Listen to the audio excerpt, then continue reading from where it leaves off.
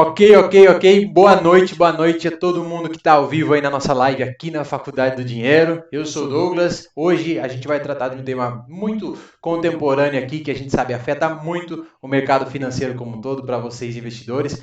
Inclusive, de antemão, já queria deixar todo mundo que está assistindo a live aí muito à vontade para comentar, para interagir no chat, para poder mandar para a gente as mensagens, perguntas.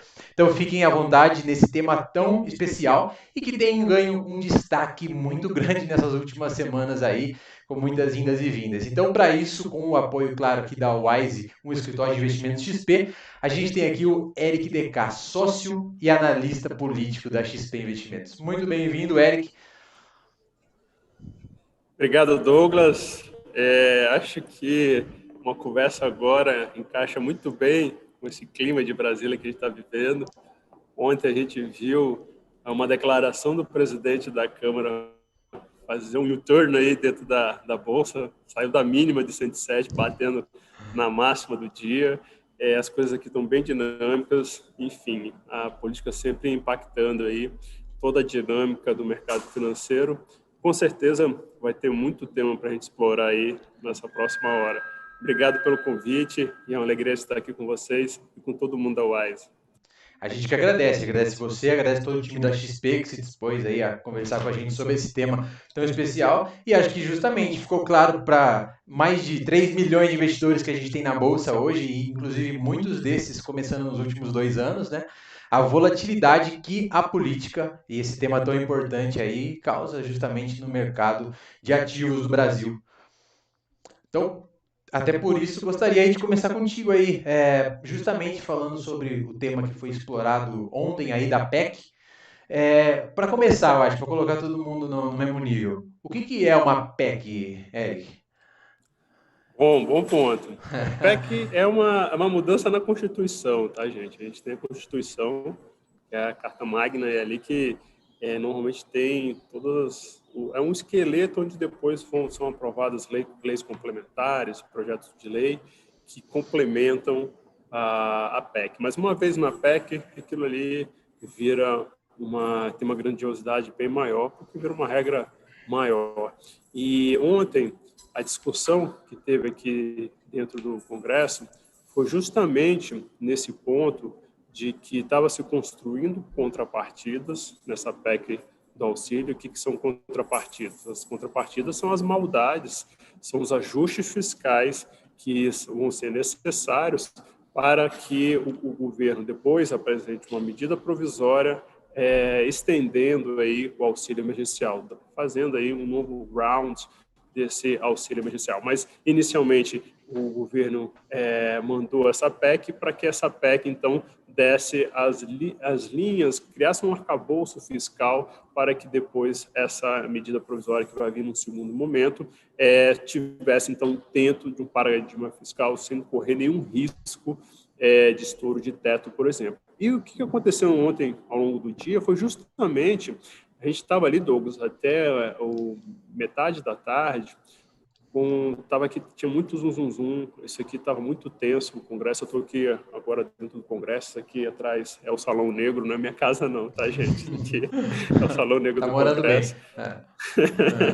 Eu tô saindo aqui das reuniões que tiveram, mas ontem isso aqui estava muito nebuloso e estava tendendo para o quê? Para que se colocasse na Constituição a possibilidade de que recursos para o programa Bolsa Família ficasse fora do teto.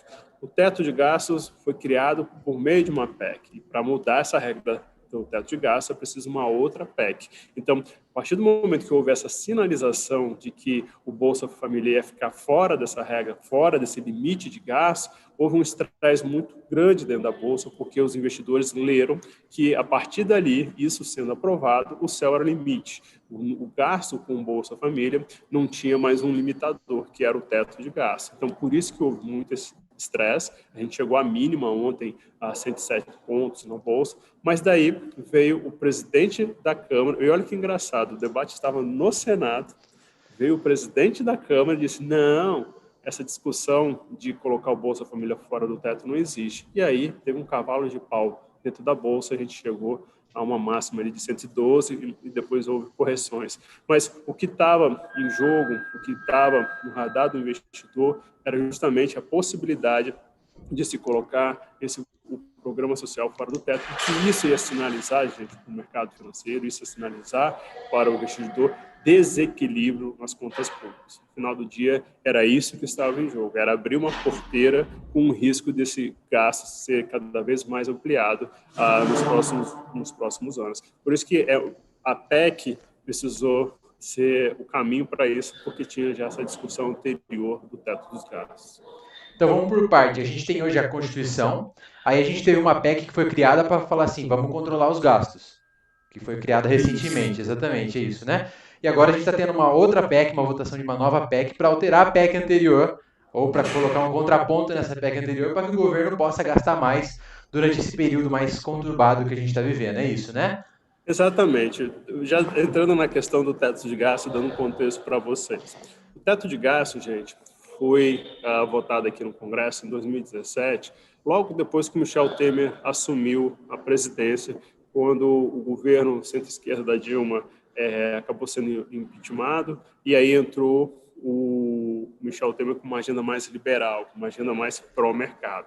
E ali, o primeiro sinal que o Michel Temer deu para os investidores, deu para o mercado financeiro, foi o seguinte, existe o gasto público, esse gasto público, a partir de agora, tem um teto.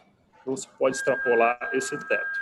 Então, assim, ali com o Michel Temer foi aprovada essa PEC, e desde então é um norteador, é a âncora hoje da agenda fiscal do ministro Paulo Guedes. Então, toda vez que a gente vê aí um burburinho mexer com o teto de gasto, a gente remete, então, essa questão lá atrás com o Michel Temer, quando foi criado isso. E essa regra, gente, do teto de gasto, é uma regra que vai para 20 anos.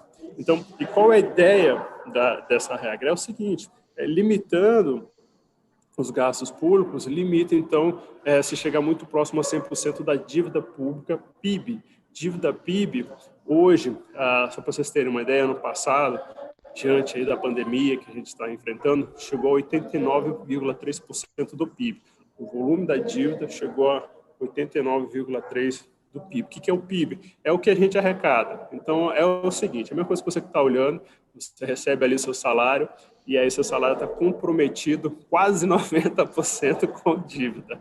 Então, essa questão da dívida pública subir, o teto de gasto veio justamente para tentar controlar isso, para tentar controlar a subida desse gasto. E por que isso é importante? Porque, como eu disse para vocês, você amanhã vai pedir um empréstimo, o governo amanhã vai pedir um empréstimo, a turma que vai emprestar o dinheiro vai olhar, mas vem cá, você é um bom pagador ou você é um mau pagador? E aí vão olhar o tamanho da sua dívida, salário, como aquele exemplo que eu falei, dívida PIB também, que aí olhando para um governo federal. E aí fala, não, calma aí, você já está quase no seu limite, você está muito próximo de um calote. Se eu te emprestar mais dinheiro aqui, o risco que eu vou te emprestar dinheiro e tomar um calote está cada vez maior. Então, é isso que está em jogo. Quando a gente fala na questão do teto de gasto, é tentar limitar que essa dívida PIB aumente cada vez mais e é também tentar reduzir essa questão do risco país, porque quanto mais próximo de 100% a dívida, maior é o sinal de que você pode dar um calote. E aí, entre outras questões, Douglas, que é o seguinte, existe hoje várias agências de ratings, várias agências de risco que olham para o Brasil e acompanham isso. Ano passado... E os investidores internacionais olham justamente esse risco país dessas ranqueadoras, né? É isso ou não? Isso. Não, e tem um ponto importante, não só olham. Ano passado, a vice-presidente da agência Moody's, que é uma das principais agências de risco, ela falou, se o Brasil não fizer o dever de casa e furar o teto, e aí, mais uma vez, furar o teto significa a dívida aumentar com relação ao PIB... E quanto que é o nosso teto hoje, desculpa? Do teto que tem estipulado na PEC hoje, que está em vigor? É o PIB? É 90% do PIB? Não, você não pode gastar, o governo não pode gastar o que gastou no ano passado, corrigido pela inflação. Ah, entendi. Tá? Ok. A Então, assim, referência é o último é ano, bem então. magrinho, é bem magrinho. É você que está em casa também olhando. Você não pode gastar o que gastou em 2020, aí faz uma correção com a inflação. É esse que é o critério do teto de gastos. E aí, voltando para a questão da agência de ratings, da agência de Uhum. risco, a vice-presidente falou assim, se não fizer o dever de casa, o Brasil, se estourar esse teto, a gente vai então dar um downgrade no Brasil. E aí, Douglas, muito mais do que o investidor olhar quem está com um downgrade, qual é o O selo que ele risco tem de bom país. ou não pagador, tem um Uhum. outro fator, é o risco Uhum. país, exato. Tem outro fator. Muitas instituições internacionais, bancos e fundos, não podem emprestar para quem está com selo de mal Uhum. pagador. Então, tem toda uma bola de neve aí, tem todo o desencadeamento, fora outras questões que a gente depois pode até explicar melhor. Então, a questão do teto, quando veio em 2017, foi para mostrar que o Brasil ia começar a fazer o dever de casa. E aí, como teve uma votação de ontem em que se mostrou, não, vamos tirar recursos de um programa social e aí esse recurso vai poder furar o teto, foi aí que teve o estresse para o investidor, porque houve um entendimento que abrir-se a porteira era uma regra que estava sendo quebrada e abrir uma porteira para gastos infinitos. E aí, mais uma vez, remetendo na questão da dívida PIB, tudo aquilo que a gente tentou colocar aqui para vocês. Então, na verdade, assim, a gente consegue hoje ter, através dessa última PEC que foi aprovada no governo Temer, uma restrição de gastos, porque é justamente uma das perguntas que eu tinha também para hoje no ambiente político, porque propriamente se a política ou um político, ele deve olhar para o bem comum, mas muitos políticos olham para a própria reeleição também, vamos dizer assim, né? Então ele toma dinheiro através de pagamento de dívida futura, pega esse dinheiro e investe em obras públicas ou então em distribuição, ou medidas populistas, e aí ele se reelege, consegue o que de fato ele quer, uma perpetuação, e deixa essa conta para um governo futuro pagar. Então essa PEC também vem de encontro com essa limitação? Exato, a PEC é para segurar esse ímpeto populista que de vez em quando assola aqui em Brasília, porque é aquilo que você falou, o político aqui dentro do Congresso, ele está muito mais preocupado com a reeleição dele do que com a dívida PIB. Então, assim, mesmo não, muitos desconhecem quais são os impactos de uma dívida PIB em questão de inflação, em questão de taxa de juros, etc. Então, assim, eles querem ter a segurança aí de uma reeleição, independentemente de como for ficar a questão econômica. Então, o teto de gasto veio para segurar um pouco esse ímpeto aí da turma. E esse é o choque, Douglas, que a gente vê não só dentro do Congresso com o Paulo Guedes, tá? Mais uma vez, o teto de gasto é a âncora da agenda do Paulo Guedes. A gente viu um embate em agosto do ano passado muito forte, Douglas, que se vocês jogarem no Google, vocês vão ver. Agosto e início de setembro do ano passado foi o período que o Paulo Guedes mais apanhou, e aí foi uma briga que foi para a praça pública, em que tiveram um personagens vários ministros e ministros ligados à infraestrutura. O que estava em jogo ali, Douglas? Estava se construindo o orçamento, estava se elaborando o orçamento deste ano, e aí a turma que é mais ligada ao desenvolvimentista, a turma que é mais ligada à infraestrutura falou assim, eu quero mais dinheiro para novas obras. Eu acho que a forma de reaquecer a economia é por meio da infraestrutura, por meio de novas obras. Então, o Paulo Guedes olhou assim, pô, eu concordo, eu acho que pode ser um caminho, mas show me the money. Então, assim, a briga era essa. Aí o pessoal, se vocês jogarem no Google, vocês vão ver ministros de infraestrutura pressionam por mais 35 bi além do teto de gastos. Então, assim, o Paulo Guedes, ali, mais uma vez, se jogarem no Google, vocês vão ver que em agosto e setembro do ano passado foi uma briga muito grande, porque estava se elaborando esse orçamento e a turma estava pressionando, a turma do próprio governo, estava pressionando por mais gastos para a infraestrutura, mas esses mais gastos seriam fora do teto de gastos. No final, foi uma solução que eles encontraram, que foi uma solução muito inteligente, que teve impacto dentro do Congresso, que eu vou explicar para vocês. No final, aconteceu o seguinte, Douglas, o Paulo Guedes manteve o texto sem nenhum arranhão no teto de gastos e falou o seguinte para os ministros de infraestrutura, olha só, aqui na esplanada, que fica bem aqui do lado, faça um pente fino nesses ministérios e vê quem é que não está fazendo o dever de casa. Quem é que não está executando o recurso que tem? Porque todo o ministério aqui, Douglas, tem orçamento, tá? Para Uhum. executar em novos programas, para os atuais programas, etc. Mas tem uns que ficam patinando, tem uns que não executam, tem alguns que dormem no ponto. Os ministros de infraestrutura falaram assim, tá bom, eu vou fazer isso. E aí fizeram um pente fino aqui nos ministérios e fizeram o tal do remanejamento.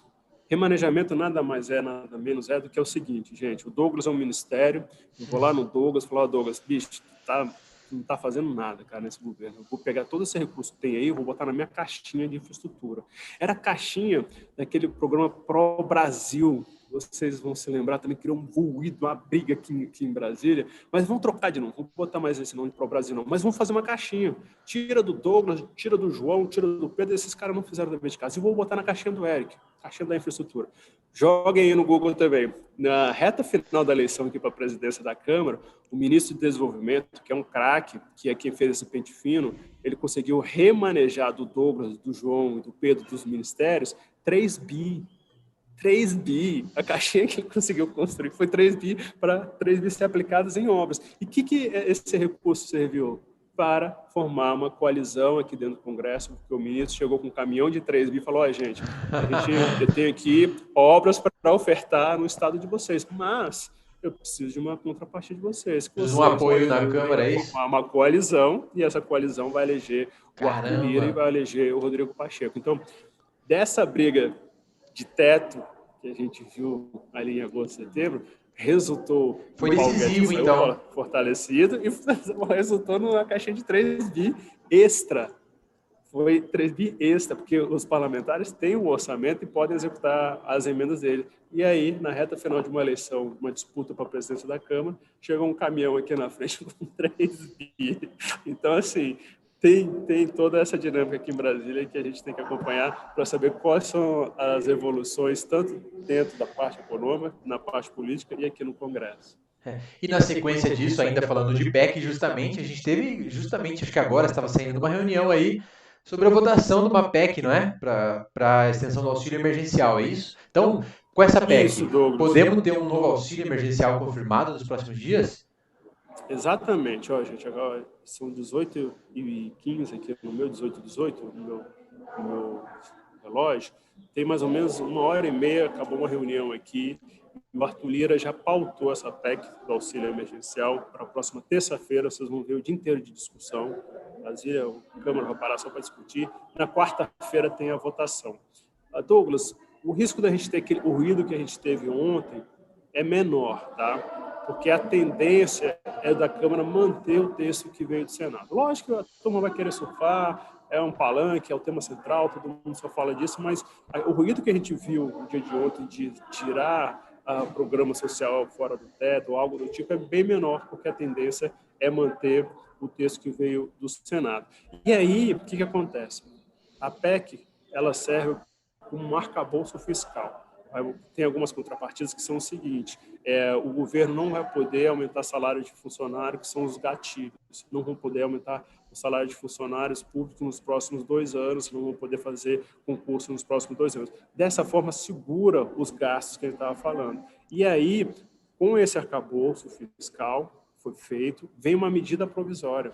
E aí, essa medida provisória, que já foi estabelecida, que vai ter 44 bi, dentro desses 44 bi, que vai se definir o valor do auxílio emergencial e o prazo que ele vai, quais quantidade de parcelas que vai ser divididas do auxílio emergencial. Então, é um segundo momento que vem nessa MP. Muito se falava aí de 4 parcelas de R$250 no auxílio emergencial. Não temos uma confirmação, então, de valor ou prazo ainda, certo? Eu vou dar um bastidor para vocês. Isso eu ia trazer para os nossos clientes. Eu ia trazer para a XP. Mas eu vou dar um bastidor para vocês. Ótimo. É o seguinte, qual é a estratégia? Foi fixada na PEC 44 bi. Dentro de 44 bi, a turma faz 6 meses, 8 meses, R$100, R$200. Enfim, a turma teria essa liberdade.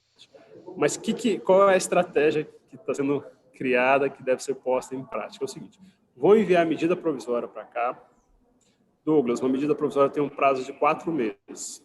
E o governo vai estabelecer, deve ser o tal do 250 por 4 meses. A medida provisória vale 4 meses, o governo vai dar o auxílio, vai renovar o auxílio emergencial por 4 meses. E o que vão fazer? Vão deixar a medida provisória quieta, não vão colocar em votação.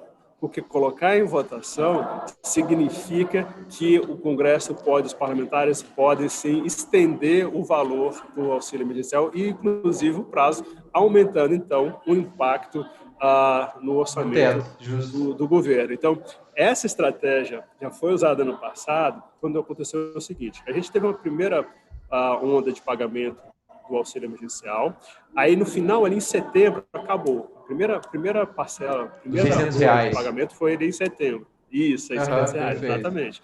Aí veio uma medida provisória. A medida provisória tem esse prazo de 120 dias que eu falei para você. Se ela não é votada, ela morre. Mas ela já vigora durante 4 meses. E como o governo quer dar o orçamento, o auxílio durante 4 meses, então não vamos votar, deixa quieto. Isso aconteceu em setembro do ano passado, quando o governo enviou uma nova medida provisória em setembro do ano passado, no valor de R$300. A turma aqui, não, vamos aumentar, quero mais. E o Rodrigo Maia, em acordo com o Paulo Guedes, em acordo com o Bolsonaro, não colocou a PEC, a medida provisória, em votação. E aí ela vigorou durante 4 meses e o auxílio foi R$300 durante 4 meses. Justo. Essa é a ideia novamente. O governo vai enviar, o Arthur Lira deve segurar essa medida provisória e aí o governo não corre o risco desse auxílio emergencial sair de 250 e se transformar em 600, como aconteceu no ano passado. E tem uma extensão de prazo, né? Em a extensão de prazo. E tem um detalhe também, nesse valor de R$600. A primeira debate que chegou aqui na Câmara, no Congresso, sobre o auxílio emergencial era R$200 que o governo mandou. O Congresso aumentou para 500 e o Bolsonaro trucou e foi o Bolsonaro que bancou 600. Então, né, nesse jogo segura o ímpeto populista e dos políticos de uma forma geral, não só do Congresso, como também do Palácio do Planalto. Então, assim, essa é a estratégia que está sendo discutida hoje. Joga a medida provisória, não se vota, ela perde o prazo de validade dela, mas tem o efeito dos 4 meses, uma parcela que deve ser essa de R$250. E muito se fala em contrapartidas aí, igual você tem falado aí sobre a questão de não subida, não ajuste de salário de servidores públicos, mas também se ventilou sobre a questão do aumento de contribuição sindical para bancos, certo? O imposto que hoje acho que é 25% para bancos e está indo para 30% para bancos, me corrija se estiver errado. É contribuição sobre o lucro líquido. Isso, contribuição sobre o lucro líquido. Como isso afeta as instituições bancárias e efetivamente aí as ações propriamente, os investimentos relacionados à parte bancária no Brasil? Tem alguma correlação? Sim, só para botar também todo mundo na mesma página, na terça-feira o governo encaminhou o aumento de 20 para 25% da CSLL para bancos, também pegou corretoras subiu de 15% para 20%, mas essa medida foi no bojo da discussão da redução da alíquota do diesel e do gás. O governo tirou de um lado aquela questão do diesel e do gás para atender os caminhoneiros e aí teve que tirar de algum lugar que a Lei de Responsabilidade Fiscal determina. Aí aumentou a CSLL. No dia teve um impacto, sim, nas ações do setor financeiro. A gente, na sequência, a própria FEBRABAN, que é a Federação Brasileira de Bancos, no dia seguinte, na manhã seguinte, já teve uma reunião com o presidente do Senado, e antes dessa reunião com o presidente do Senado, o ministro Paulo Guedes ligou para o presidente da FEBRABAN e disse o seguinte: essa é uma medida temporária, não é uma medida que vai se estender. Porque qual é o medo do setor? O medo do setor é que essa seja uma medida permanente, tá, Douglas? O prazo para esse aumento da CSLL vence no dia 31 de dezembro desse ano. Mas, logicamente, aqui dentro do Congresso vai haver esse debate. E eu li não também... vai querer estender. Desculpe, mas eu li também, vi em algum lugar, que é necessário pelo menos 90 dias para que isso entre em vigor. Ou seja, isso vai afetar o banco, de fato, entre o período entre junho, julho e dezembro. Exato. É isso mesmo, né? Exato. Precisa, esse aumento, tem uma noventena, que é o termo que é usado tecnicamente. Quando você aumenta qualquer contribuição, ela só passa a vigorar daqui a 90 dias. Então, é essa data que você colocou. Então, assim, esse movimento, eu conversando com o presidente da FEBRABAN, ele falou que vai ser esse aumento, vai ter que ser o setor vai ter que contribuir para esse momento, porque, mais uma vez, foi feita essa contrapartida. O receio hoje é só que se torne permanente. Tá? O receio é que alguma medida, alguma emenda aqui para nessa medida provisória estenda isso de uma forma não permanente, mas para uma forma permanente. E aí, esse que vai ser o monitoramento que a gente vai fazer aqui. Existe apetite dentro do Congresso para isso. A gente tem que ver como é que isso vai desdobrar nos próximos meses. Mas dentro desse bojo da reforma tributária, eu pego uma declaração que o ministro Paulo Guedes deu anteontem, naquele programa Pingo nos Is, passou um pouco desapercebido pela grande mídia, mas como são temas que a gente acompanha com lupa, ele ali deu duas declarações que eu achei muito importantes. Ele falou que a ideia de novas taxação não faz parte do governo, tá? Criar novas taxas, enfim. Mas que ele não acha ruim taxação de dividendos, tá? Ele deixou isso bem claro nesse programa, que se depender do governo, o governo vai dar o ok, sim, para a taxação de dividendos.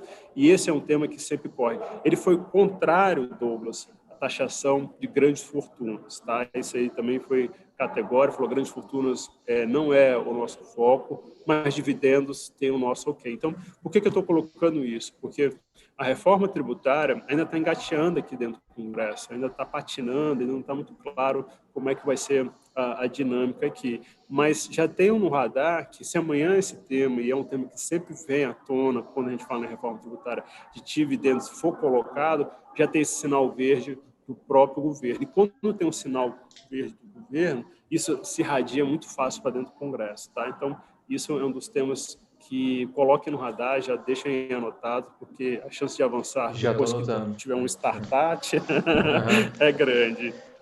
Tá perfeito. Inclusive, assim, o Paulo Guedes recentemente disse numa entrevista a Rico que ele acredita no governo como um governo reformista, inclusive colocando o Lira aí como uma pessoa que vai dar sequência nas reformas. E o próprio Lira disse também, eu acho que por esses dias, você é melhor que eu, pode me corrigir, que ele prometeu, entre aspas, a reforma administrativa correndo até maio e a tributária até outubro desse ano.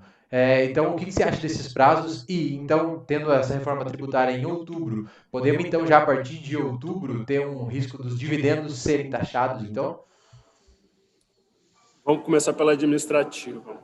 A reforma administrativa, colocando também todo mundo na mesma tela, vai pegar só futuros servidores, tá, gente? E isso facilita demais a negociação aqui dentro do Congresso, porque diminui um pouco a pressão dos servidores, que são bastante organizados, se fosse afetados já os atuais. Tem um outro fator também, Douglas, não só a reação dessa categoria que é bastante organizada, mas você mudar as regras no meio do jogo, a chance disso judicializar é muito grande. A chance disso parar no Supremo Tribunal, pegando os atuais ou servidores que já estão na ativa, era muito grande e travar todo o processo. Você jogando para os futuros, isso diminui a pressão, como eu falei, das categorias e diminui também a chance de judicialização. Eu acredito que tem chance de passar sim. Eu não sei se é maio esse prazo que o Lira colocou, mas até no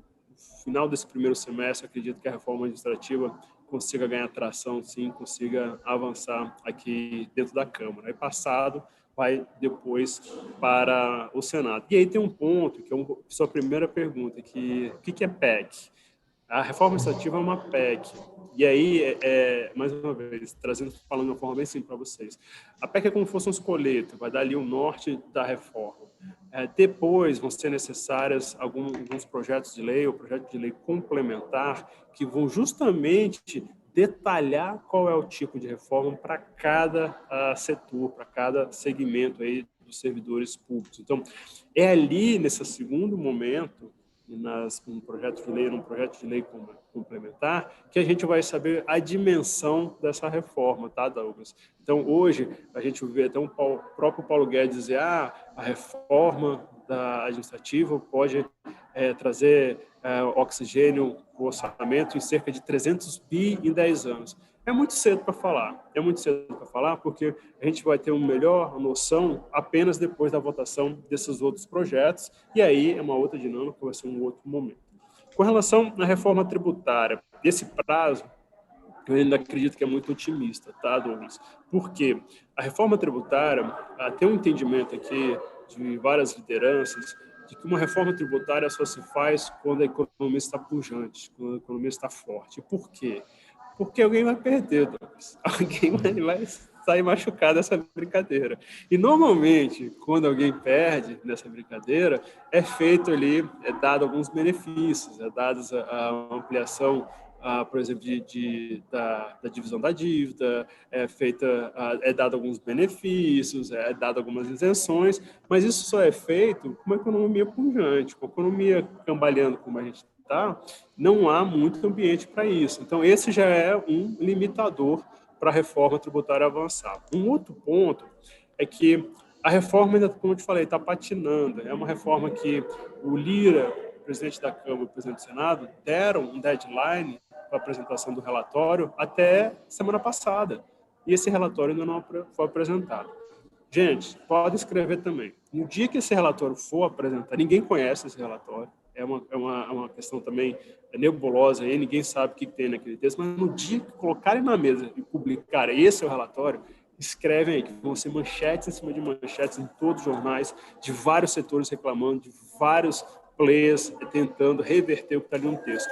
Vou pegar como exemplo para vocês só a turma da Confederação da Indústria, Confederação do Comércio, Confederação do Serviço, a turma do agro, ninguém se entende sobre essa reforma tributária. E isso é muito ruim, porque essa turma que eu estou falando tem muito peso aqui dentro do Congresso, eles têm um lobby muito forte, até é do jogo esse lobby que eles fazem. E quando a gente vê uma torre de Babel nesse sentido, Douglas, de que ninguém está se entendendo, isso aí é um péssimo sinal. E aí, outro dia, almoçando com um integrante aí de um desses setores, eu falei, vocês não estão se entendendo sobre a reforma tributária. Ele falou, cara, não é falta de entendimento não, é conflito mesmo. Ou seja, tem uma briga muito grande. Resumido para vocês, na hora que abrir essa proposta, vai ser muita briga. Porque aí, como eu te falei, quem entender que está perdendo vai começar a jogar muito pesado. E não só os setores, também tem os estados. Tem muitos governadores que já estão com orçamento aí em frangalhos, que vai olhar assim na hora que pegar essa reforma e falar, meu amigo, vocês vão fazer eu perder mais ainda? Eu já não estou conseguindo pagar minhas contas, eu já estou com o 13º de servidor atrasado e você vai fazer uma reforma que eu vou perder ICMS, vocês estão de brincadeira comigo. Então, assim, é um tema ainda muito controverso, é um tema ainda que vai precisar ser ainda muito maturado. E só para concluir, Douglas, ainda não tem a participação da sociedade. Um tema como esse teria que ter uma participação maior da sociedade, como a gente viu na reforma da Previdência. Muita gente não entendia o que estava acontecendo, mas depois que teve um primeiro movimento no governo Temer, e depois a gente viu que isso continuou dentro do governo Bolsonaro, que a gente viu pessoas indo em praça pública com cartaz pedindo reforma da Previdência, e era uma reforma para eles, era uma reforma que ia pegar eles. Então, assim, ia pegar essa parte da sociedade que foi ali para as ruas. E a gente não vê isso hoje, mesmo na reforma administrativa, mesmo na reforma tributária. Então, quando não há um movimento lá fora muito forte, quando não há, que a gente está aqui na janela, que ali é a rampa do Congresso, quando não tem ninguém ali naquele jardim pressionando, gente, esquece. A chance de fica mais difícil. Os temas mais controversos elas ficam mais difíceis.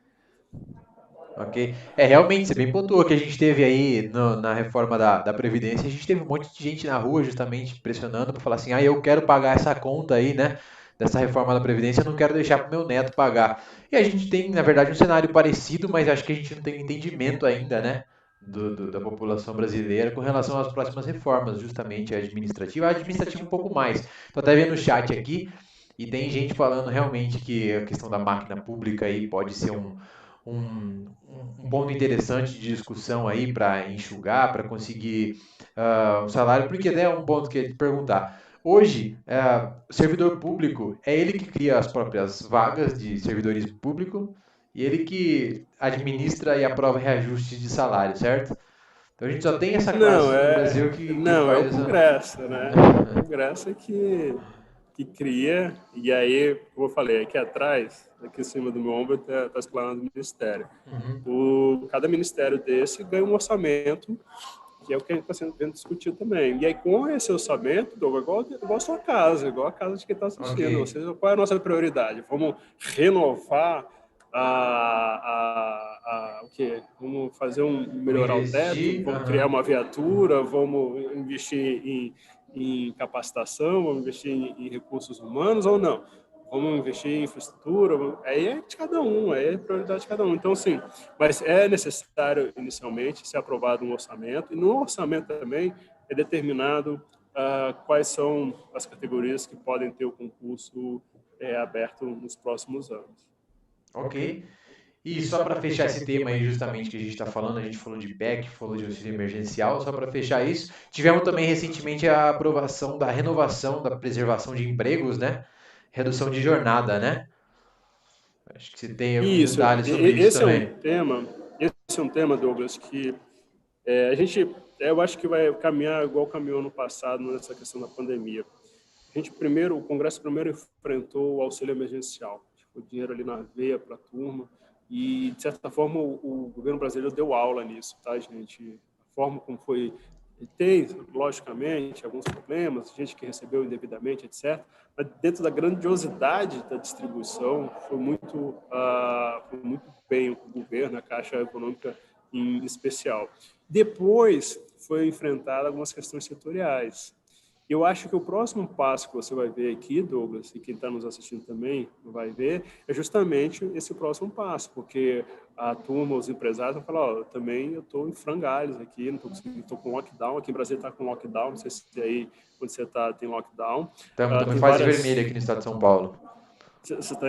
Então, aqui a gente está com lockdown, o vizinho o Goiás está com lockdown, enfim, sem perspectiva, né? Assim, as vacinas ainda não chegaram em larga escala. O que isso quer dizer? Impacto na economia, impacto para o investidor, impacto para principalmente para o empresário. Então, vai chegar um momento também, e eu acho que vai ser logo na sequência do auxílio emergencial, que a turma aqui vai ter que começar a dar novos benefícios para alguns setores. A gente está vendo aí as aéreas novamente tendo que se virar para pagar as contas, porque com o lockdown o número de viagens reduziu mais ainda. Tem vários setores, não vou aqui entrar em detalhes, mas eu acho que é o próximo passo. E aí vem essa sua pergunta, essa questão aí, a gente vai ter que fazer novamente aí, encontrar alguma solução para a questão aí dos trabalhadores. Vai fazer igual ano passado, que poderia demitir, aí havia um pagamento dessa demissão, parte do salário era pago pelo governo, não vai ser nesse modelo, como é que vai ser o novo modelo? Eu acredito que sim, o governo tem a expectativa da vacinação ampliar, então, ampliando a vacinação reduz a possibilidade de novas medidas para o combate à pandemia, mas enquanto não tiver isso claro, objetivo, a chance de a gente ter que entrar nessa nova dinâmica também, atendendo alguns setores, vai ser inevitável. Grande chance de termos novos programas de incentivo, vamos dizer assim. Assim como se especula nos Estados Unidos a questão do Fed, né, de programas de incentivo lá de 1,9 trilhão de dólar, devemos ter alguns programas aqui, menores, claro, em proporção, mas devemos ter isso na sequência, então. Muito provavelmente, né? É provável que sim. Perfeito. Então, acho que esse tema, acho que a gente já abordou muitas tratativas diferentes, muitos tópicos diferentes. Agora, eu queria entrar contigo aí na questão das estatais um pouquinho mais aí, que tem também trazido uma volatilidade gigantesca para a Bolsa nesses últimos dias. A gente tem Banco do Brasil, tem Petrobras, tem privatização de Correios, que se diz também que deve estar meio engatilhada aí para aprovação. Começar acho que por Petrobras, que foi o último aí, ó, que até o nosso agora ex-presidente da Petrobras, quando foi conceder uma entrevista, foi com o Mind the Gap no peito. Não sei se você viu isso. Então, eu queria... Sensacional. Eu queria saber, o Guedes apaziguou recentemente nessa troca da presidência da Petrobras aí, falando que ele não está interferindo nos preços do novo presidente, afinal, já se teve um reajuste novamente aí na gasolina de 5% anunciado ontem ou anteontem. Então, qual que é realmente o interesse do governo numa troca da presidência? Qual que é o poder, vamos dizer assim, do governo de fazer essa troca? E agora, com a debandada do Conselho da Petrobras, podemos ter uma demora para o novo presidente assumir? Qual que é são as próximas etapas aí para a gente ter uma troca efetiva do presidente da Petrobras? Muito bom, Douglas. A decisão do Bolsonaro e o Paulo Guedes ratificou isso na entrevista que ele deu terça-feira no programa Pico no CIS, foi sim dar uma resposta para os caminhoneiros. Tá? E aí, que quando teve essa questão, acendeu o alerta no mercado financeiro, porque foi uma decisão tida como populista. Por que populista? Porque, colocando assim em perspectiva, hoje a gente já está vivendo o drama da pandemia, como a gente falou, já está impactando bastante, a pandemia está impactando bastante a economia. Isso já é um fator. Por si só, já dificulta bastante o mandato de qualquer presidente, independente de quem ele seja. Se você somar, Douglas, o fator greve dos caminhoneiros, cara, isso aí é um estopim para algo que a gente não sabe o que pode dar. Lembrando, a greve dos caminhoneiros em 2018, que foi ali cerca de 20 dias, fez o PIB reduzir em quase 2 pontos percentuais. O crescimento do país, que poderia chegar a 3,5, nas palavras do então presidente Michel Temer, foi de 1,1. 20 dias parados, gente. Então, assim, se você somar a pandemia mais greves caminhoneiros, o impacto na economia ia ser monstruoso. E, gente, quando a gente fala impacto na economia, linka direto à popularidade do presidente. A gente faz pesquisa aqui na XP e a gente começou a perceber que ali em dezembro até fevereiro, a popularidade do presidente Bolsonaro caiu de 38 pontos percentuais para 30 pontos percentuais. Então, estava no radar, sim, essa questão. E se lembrem que ali em janeiro a gente viveu com essa sombra da possibilidade de uma paralisação no dia 1º de fevereiro dos caminhoneiros. Então, estava, sim, no radar do Bolsonaro essa possibilidade, esse possível impacto, e como o próprio Paulo Guedes disse nesse programa de terça-feira, foi uma resposta para os caminhoneiros. E aí, que estremeceu o mercado financeiro, mas foi pontual, pelo que a gente viu, foi nessa questão foi pontual. 2 dias depois, não concluindo então Petrobras, vai haver essa troca. A gente ainda não sabe qual vai ser a mudança da política de combustíveis, de aumento de combustíveis. Isso aí vai ser monitorado, Douglas, isso sinalizando que é uma mudança drástica, sinalizando que é uma mudança completamente fora de contexto, vai ter reação. A atual dinâmica de política de preço, gente, é uma dinâmica muito liberal, tá? É uma dinâmica que foi implementada pelo governo Michel Temer, logo depois que ele entrou na presidência da República, e também foi mais um sinal para o mercado financeiro. E é uma dinâmica que é atrelada ao barril, que é atrelada ao dólar. Então, a volatilidade lá fora tem impacto aqui, fala de uma forma bem simplificada. Então, assim, mudar isso vai ser mudar um pouco também a questão da agenda liberal. Agora, para onde que vai, Douglas? Ninguém sabe. Se o mercado sentir que é mais intervencionista, provavelmente será precificado logo em seguida aí. Já está um pouco precificado esse temor, né? Exato. E aí, mas aí também tem um outro porém. O presidente da Petrobras, por si só, não consegue fazer essa mudança. Por isso que a saída de 4 membros do conselho da Petrobras chama atenção também, porque o Bolsonaro pode mudar ali o conselho a hora que ele quiser. Então, assim, ele pode fazer mudança até que seja de um perfil que ele ache que seja melhor para fazer as mudanças na política de combustível. E isso vai chamar muita atenção, isso vai causar muito impacto, sim, dentro do mercado. Só para finalizar na questão do timeline, Douglas, o atual presidente fica até dia 20 de março. Aí depois assume um novo presidente, o general Lula, e também depois, aí no dia 20 é convocado uma nova assembleia, e essa nova assembleia vai definir o presidente e os novos conselheiros. Perfeito.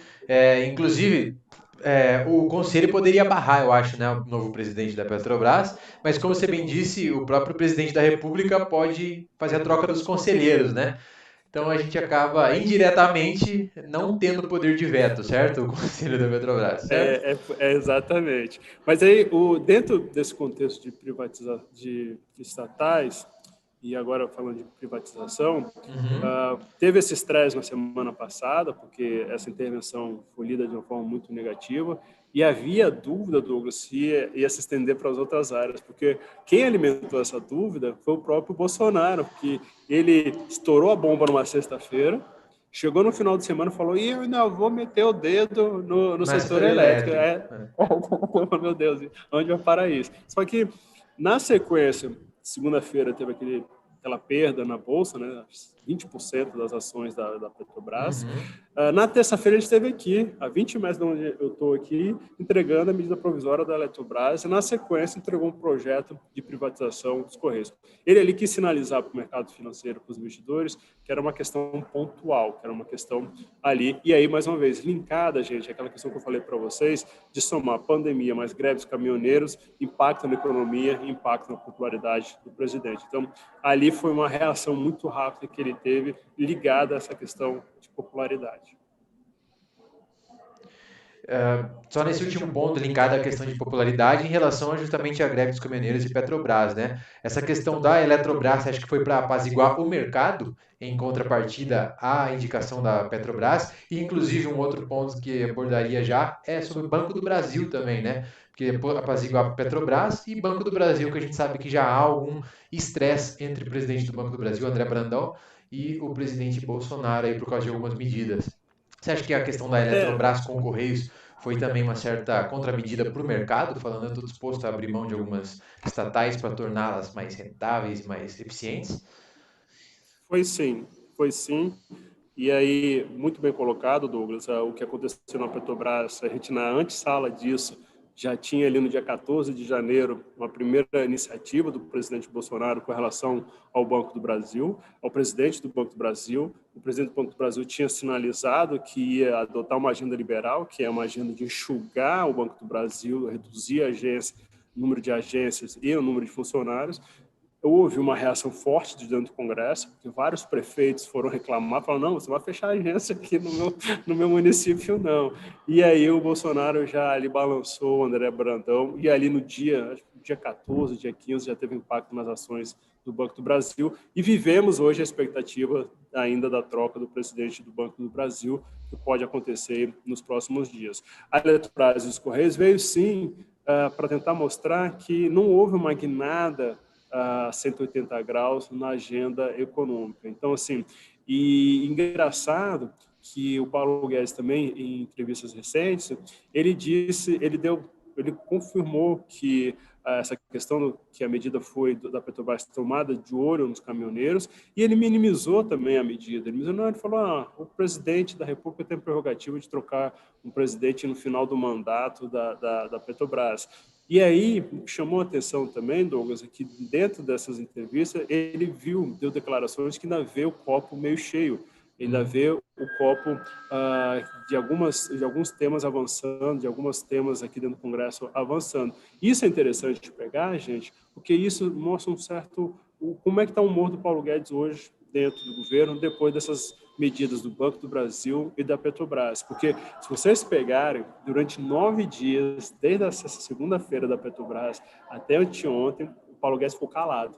O Paulo Guedes veio aqui entregar a medida provisória, o Paulo Guedes veio aqui entregar o PL dos Correios, mas não deu zero declaração. E ontem, quando ele falou defendendo a iniciativa do Bolsonaro na questão da Petrobras e dizendo que ainda está otimista, ainda que se sente confortável dentro do governo, porque ainda vê o copo meio cheio. Então, isso mostra também qual é o humor dele em permanecer no governo. Eu acredito, Douglas, já entrando nessa questão, se o Paulo Guedes fica ou não dentro do governo, ele vai permanecer, ele continua com essa missão de implementar essa agenda. Ele só sairia se a gente tiver esse U-turn, esse 180 graus na agenda do liberal para o desenvolvimentista, do liberal para algo mais populista. Por quê? Se a partir desse momento, o Paulo Guedes fala assim, gente, tudo que eu trouxe, o alicerce da agenda, teto de gastos, etc., foi escondido, o que eu vou fazer aqui? Essa agenda, neste momento, se acontecer, já vai estar na mão de outro ministro. Já vai ser um outro ministro que vai estar dando as diretrizes. Então, aí eu acho, sim, que o Paulo Guedes, nesse momento, não tem mais nenhum motivo para ficar dentro do governo. Até isso acontecer, gente, tem muita coisa aí no meio, é um largo caminho aí até se chegar a esse ponto. mais uma vez, houve o sinal da Petrobras, mas voltou-se para a casinha depois com as medidas provisórias da Eletrobras e dos Correios. E assim recolocou novamente Paulo Guedes no centro de algumas decisões. Houveram veículos que, inclusive, veicularam que a saída do ministro Paulo Guedes do governo era uma questão de tempo. Chamavam até a administração econômica de governo paralelo. Isso alguns veículos colocaram.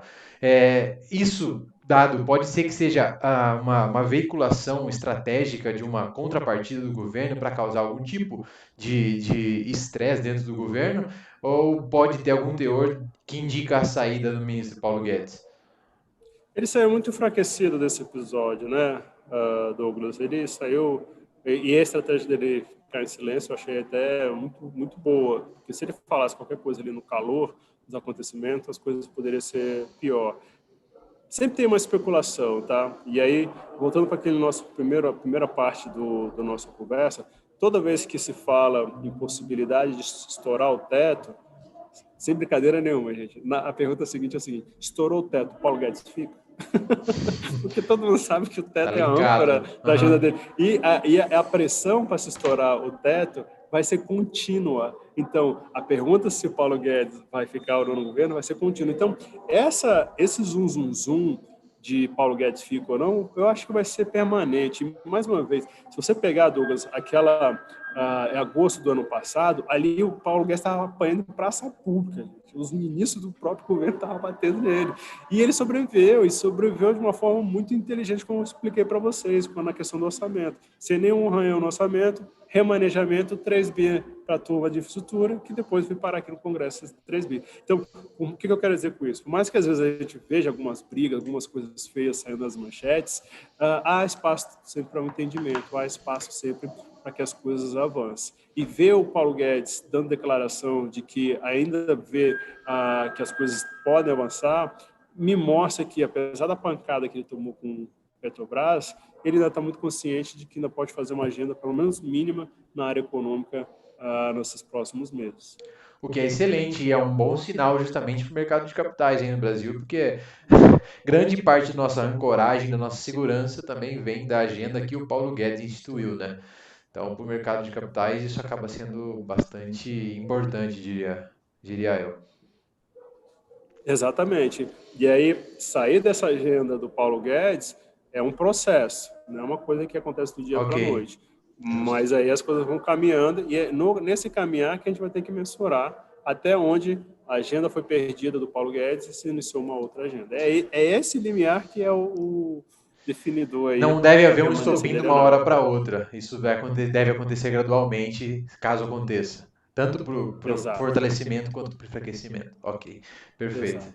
Excelente, eu acho que esse tema também está muito bem abordado, a gente já está quase chegando no final, e eu não podia deixar de falar desse último ponto contigo, que é 2022 está logo ali, né? A gente já está no metade do ano de 2021.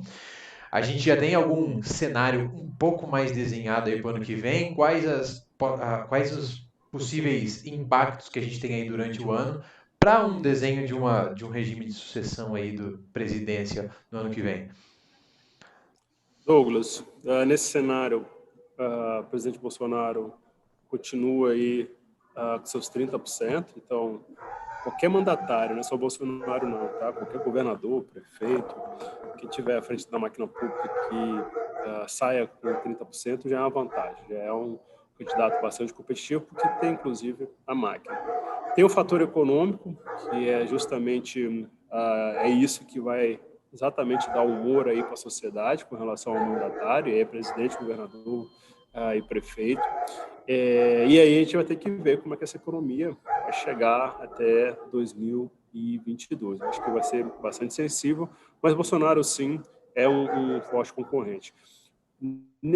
É muito interessante ver o processo aqui em Brasília, porque nessa disputa que teve para a presidência da Câmara, do Senado, a gente viu que antes dessa disputa, estava tentando se nascer um novo centro, um centro que ia trazer um candidato para justamente enfrentar o Bolsonaro. E entre os nomes colocados estava o seu governador, Douglas, o João Dória, estava aí, circula ainda, inclusive, o Luciano Huck, e a gente viu muitas declarações da criação de um novo centro. Um centro que era nem extremo do Bolsonaro, nem o extremo do PT. Era um novo centro, era até um discurso que eles estavam comprando ali do Biden, que era um discurso de não sou extremista, eu vou governar para a população, todos somos brasileiros. Estava começando a nascer esse movimento. Esse movimento, Douglas, foi assim, acachapado, foi atropelado com a eleição para a presidência da Câmara e do Senado. Por quê? Porque quem estava comandando esse processo da criação do novo centro era o PSDB e o Democratas. E no meio do caminho, houve um desentendimento dentro desses dois partidos, e mais da metade deles, dos dois partidos, foi junto com Arthur Lira, o candidato do Palácio do Planalto. Ou seja, aquele caminhãozinho de 3 bi que eu comentei com vocês brincando no começo, teve efeito nisso também, porque a turma que estava tentando criar um novo centro para disputar 2022 foi completamente atropelada, porque eles viram a grande maioria do grupo deles se bandear para o candidato do Palácio Planalto. Então, assim, neste momento, essa turma está indo um pouco atordoada. Há espaço, sim, para a turma ali do seu governador, se reorganizar, né? E ter mais Dória, apoio. se organizar. Tem espaço para isso. E aí a gente vai ter que ver como é que vai ficar a centro-esquerda. Se a centro-esquerda vai continuar ali também brigando entre eles, porque se brigar, eles vêm menor. Eles, com certeza, se conseguirem ter um entendimento ali, aí a gente está falando de PDT, do Ciro, do Cid, da turma do PT, do Lula, etc. Se eles conseguirem se unificar, eles têm um candidato, porque eles não têm penetração em vários setores. E aí, mais uma vez, tem essa questão da economia. Se eles conseguirem se organizar, eles também passam a ser bastante competitivos. Então, falar hoje de 2022 é muito difícil, mas nesse momento o Bolsonaro tem essa vantagem de ter a máquina, tem a vantagem de ainda ter esses 30%, tem o risco econômico que vai bater na porta dele. Essa turma de centro ainda precisa se organizar para também mostrar o que veio. E vai ter um ponto muito importante, porque se for o Dória o candidato, vão tirar uma foto de São Paulo, vão ver o que ele fez na gestão São Paulo. E aí, também, olhando para a esquerda, para o centro-esquerda, a gente vai ter que ver como é que eles vão se organizar para chegar, no mínimo, um pouco unidos nessa disputa para ter competitividade. Então, é mais ou menos isso. E uma coisa importante para vocês colocarem no radar também, esse ambiente um pouquinho mais dessa coalizão que foi formada aqui dentro do Congresso após a eleição ao presidente da Câmara e do Senado, deve se manter ali até o final desse semestre. Então, o governo tem uma janela de oportunidade para votar as propostas ou votar ou deixar bastante encaminhada nesse semestre. Por quê, Douglas? A partir do semestre que vem, amigo, esse fator 2022 vai estar cada vez mais latente aqui dentro. E aí as contramedidas aí para aprovação vão ser cada vez mais necessárias, né? É isso? Exato. Aí aí as coisas vão começar a se definir. Perfeito. Aí as coisas vão ficar um pouquinho mais claras de quem é quem vai jogar com o que em 2022. Ok. Então temos próximos meses decisivos aí para seguimento da agenda. E, portanto, aí para olhar com carinho para o mercado de capitais como os investidores, certo? Se a gente vai comprar mais ações, vai comprar BDR. Agora temos O que que eu chamo a estar... atenção, o que eu chamo a atenção de vocês, a semana que vem, a Brasília vai estar parada na PEC emergencial, a Câmara vai concluir isso, o fator de mais volatilidade que pode acontecer é nisso, mas não acredito que vai ser o que aconteceu ontem, tá? Porque muita coisa já está encaminhada. E aí depois a gente vai ver como é que vai ser a sequência disso. Eletrobras, Douglas, é um tema que deve começar a avançar de fato em abril, tá? Os investidores estão muito em cima, mas já nas conversas que eu tive hoje aqui dentro do Congresso, ainda está vão empurrar um pouquinho mais para frente. Um tema que pode ser votado na semana que vem, logo depois da PEC emergencial, é setorial, mas os investidores estão de olho, é o PL do gás. Falando de uma forma também bem simplificada para vocês, essa proposta acaba com o monopólio do setor de gás e a ideia é trazer mais investidores privados. Então, é por isso que hoje o investidor tem acompanhado com bastante interesse. E aí, passando da Câmara, já vai para a sanção, que já tramitou aqui nas duas casas. Então, de volatilidade para a próxima semana, que eu chamo a atenção, seria isso, é a PEC e essa questão aí da lei do gás. Perfeito, excelente, realmente. algo que a gente fica de olho. A gente vai trazer aqui no canal todas as novidades. Agora com esse nosso contato com o Eric aí também, ele vai dar mais informações para a gente. E a gente vai repassar, claro, sempre aí as informações da XP como um todo. Então, muito obrigado, Eric. Se quiser deixar suas palavras finais aí, a gente agradece. Estamos em cima do laço aí. Já escureceu aí em Brasília também.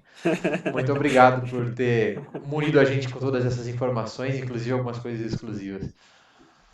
Pois é, vocês anteciparam o meu relatório de amanhã. Mas, Douglas, eu que agradeço a oportunidade. Pessoal, fica aqui o convite também para vocês. Se passou alguma pergunta que não foi completamente respondida, ou se ficou alguma dúvida, podem mandar para o Douglas. O Douglas tem meu contato direto, ele me aciona aqui e a gente tenta responder na medida do possível para vocês, tá? Então, se ficou alguma coisa em aberto ou ficou um pouco esclarecido, não tenha nenhum cuidado, pode mandar aí para ele. Agradeço a oportunidade de estar aqui contigo, Douglas, e vamos nessa, que como eu falei para você no começo, de tédio a gente não morre aqui em Brasília. Exatamente, a gente tem milhares de acontecimentos todos os dias daí. Então, se quiser te achar em redes sociais, Eric, como que te acha? LinkedIn, Instagram, você tem alguma rede social aí? Douglas, eu abri no Instagram que é Política em Puzzle. Eu tenho alimentado ali, tem 2, 3 meses que eu comecei a alimentar. Legal. E a turma que quiser ali acompanhar, eu boto também termômetro de volatilidade, que tá, para onde está tendendo. De uma forma bem simples também, tá, gente? É tentar trazer um pouco dessa política aqui de Brasília de uma forma leve para vocês. Então, quem quiser, se chama Política em Puzzle. A gente vai deixar o link Vamos desse lá. Instagram aqui então na descrição para o vídeo que vai ficar gravado aqui no YouTube. A gente vai deixar o Instagram, já segue o Eric lá também para acompanhar tudo sobre política que a gente viu que é tão importante para os investimentos. Ok? Muito obrigado, obrigado ao Wise de novo por proporcionar isso aqui no canal. Se você tiver interesse em investir via XP Investimentos, a gente vai deixar o site da Wise aqui embaixo também. Muito obrigado, Eric, muito obrigado à sua equipe, muito obrigado a XP Investimentos e até a próxima. Muito obrigado. Próximo.